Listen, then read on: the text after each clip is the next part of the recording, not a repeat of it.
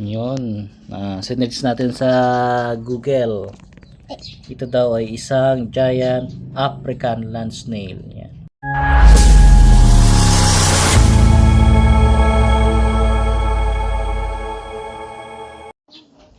Ano yung rancho? What's that? Pala yung ulo na yun. Snail? Yan, may snail si rancho. Oh. Takot man yan, be. Natakot siya. Parang alien. Klase snail yan. Pasok na yung ulo. Ha? Takot pa alien man to, be.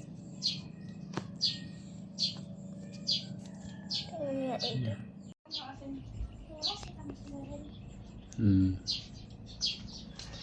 Anong kinakain ng mga snails? Damo. Iba species. Snail ah.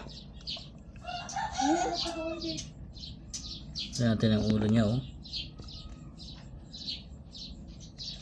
Yan. Patingnan.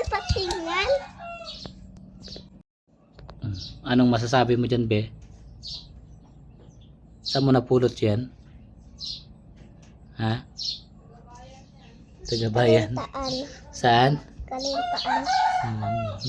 Yan, nagpasok na siya sa loob, oh. Nagbalik yan. Nagdampot namin sa may highway.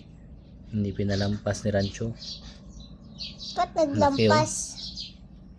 Ba't naglampas dito pa? Ba't naglampas dito? Kalaki pa. Ginaulam ba ito, be? Kinakain ba yan? Tingnan mo sa Google eh. Tingnan sa? Google. Tingnan daw namin sa Google kung ano ang ibig sabihin nito. Ano bang klaseng snail ito? Yan, tinitigan na, oh. Ha? Ano yan? Ano yan?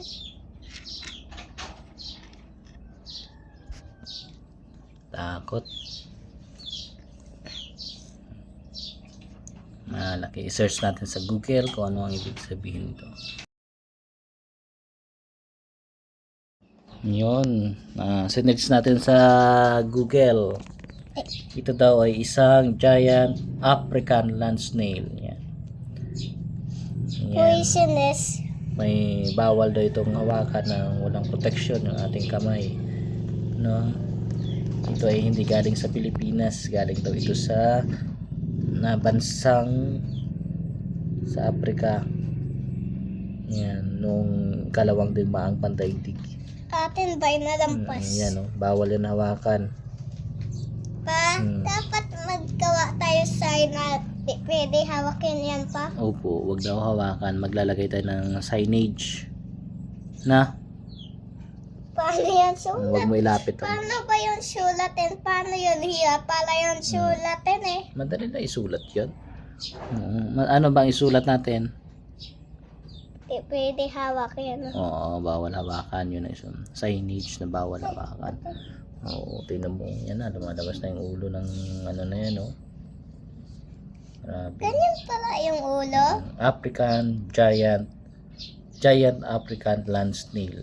Tawag. Palaslag yung ulo. Upo.